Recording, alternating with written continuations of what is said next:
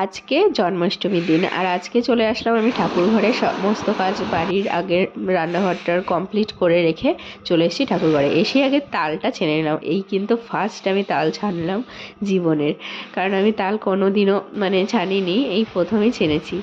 এদিকে তারপরে ঠাকুরকে দুধ দিয়ে স্নান করে দিলাম। রাধাকে কৃষ্ণকে স্নান করিয়ে মুছিয়ে জামা পরিয়ে তারপরে চলে গেলাম লুচি করার জন্য।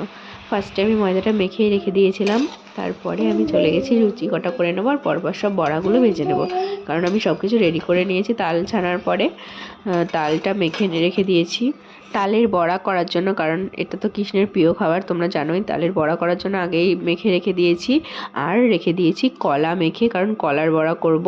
আর নারকেল কুড়া ছিল, নারকেল কুড়া দিয়ে কটা বড়া করে দিয়েছিলাম।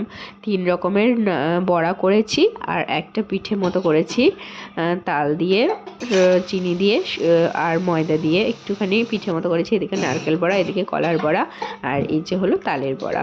সব কিছু আমার করা হয়ে গেল।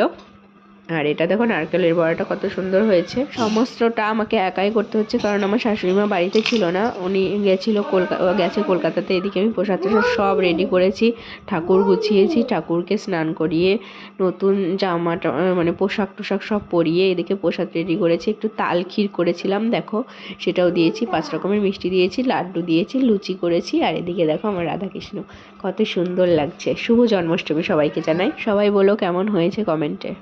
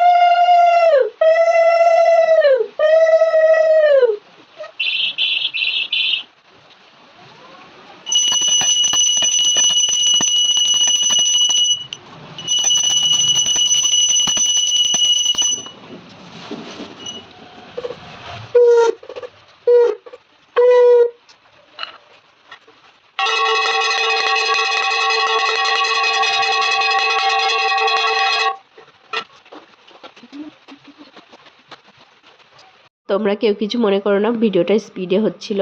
তারপরে আমি সমস্ত পুজো টুজো সেরে নিলাম, তারপরে একটু ভিডিও করে চলে গেছিলাম, কারণ ঘরে দরজা দিয়ে পরে এসে মন্দিরটা আটকে রেখে চলে গেছিলাম, পরে এসে প্রসাদটা নিয়ে যাবো বলে। তারপরে আমার পুজো কমপ্লিট, আমি চলে গেলাম ঘরে। এসে আমি সবাইকে প্রসাদ দিয়ে দিয়েছি, এই দেখো বাটিতে করে সাজিয়ে সবাইকে দিয়ে দিয়েছিলাম। আজকের ব্লগটা এই পর্যন্ত। ভালো লাগলে লাইক কমেন্ট শেয়ার করো।